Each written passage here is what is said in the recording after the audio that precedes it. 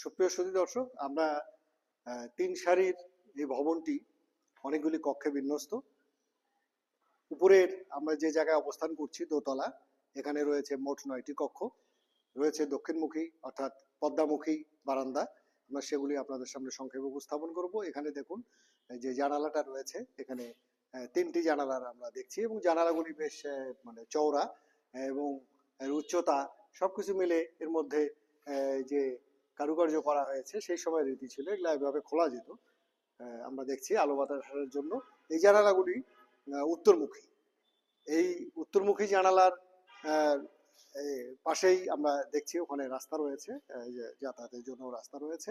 তবে অতীতে এই ভবন নির্মাণের সময় এবং এটি যখন সচল সক্রিয় ছিল এই ভবনগুলি, তখন আশেপাশের স্থানগুলিতে কারা বসবাস করতো এবং এখনকার মতো এত ঘনবসতি ছিল কিনা সেটা ঐতিহাসিক যে ভাবনা বা ঐতিহাসিক প্রেক্ষাপটে বলা চলে যে এগুলি নিরাপত্তার জন্য এবং আভিজাত্যের জন্য এবং কর্তৃপক্ষের যে একটি নিরাপত্তা ব্যবস্থা, সে কারণে আশেপাশে এই ঘনবসতি ছিল না, ফলে উত্তরের দিকে এই জানালাগুলির প্রয়োজন ছিল।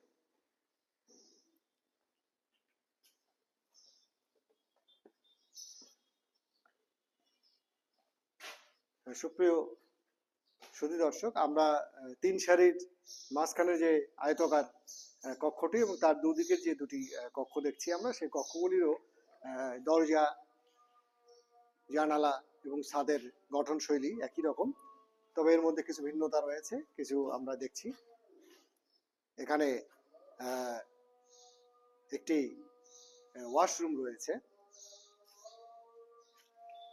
এই ওয়াশরুমগুলি পরবর্তী সময়ের কিছু সংস্কার করা হয়েছে, তবে এখানকার কক্ষটি পশ্চিম দিকের যে প্রথম কক্ষটি ছিল সেটির তুলনায় অনেকটা ছোট।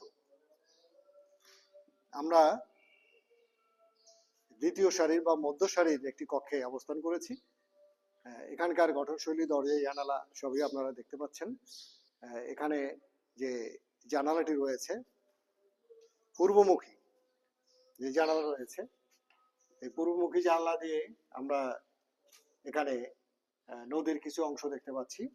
এখানে রয়েছে ঠিক এই জানালার পাশেই রয়েছে একটি ভগ্ন স্তূপ, সেখানে আমরা দেখছি 3টি বা 4টি ছোট্ট ছোট কুঠরি বা কক্ষ ছিল। এগুলি কি কারণে ব্যবহার করা হতো সে বিষয়ে আমাদের এই মুহূর্তে কোনো তথ্য নেই।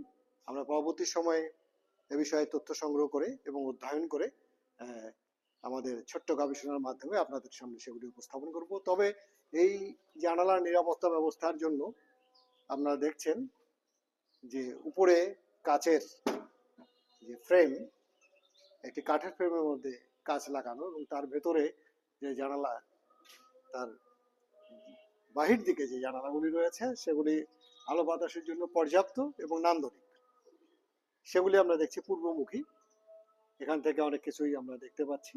দোতলা এমনই ভাবে নির্মাণ করা হয়েছে, নদীর পাড়ে, নদীর তীরে এমন ভাবে করা হয়েছে পুরো চারদিকটার সাথে আলো বাতাসের সাথে সম্পৃক্ত থাকতে পারে এবং একটা নান্দনিক সৌন্দর্য ভেতরে যারা বসবাস করেছেন বা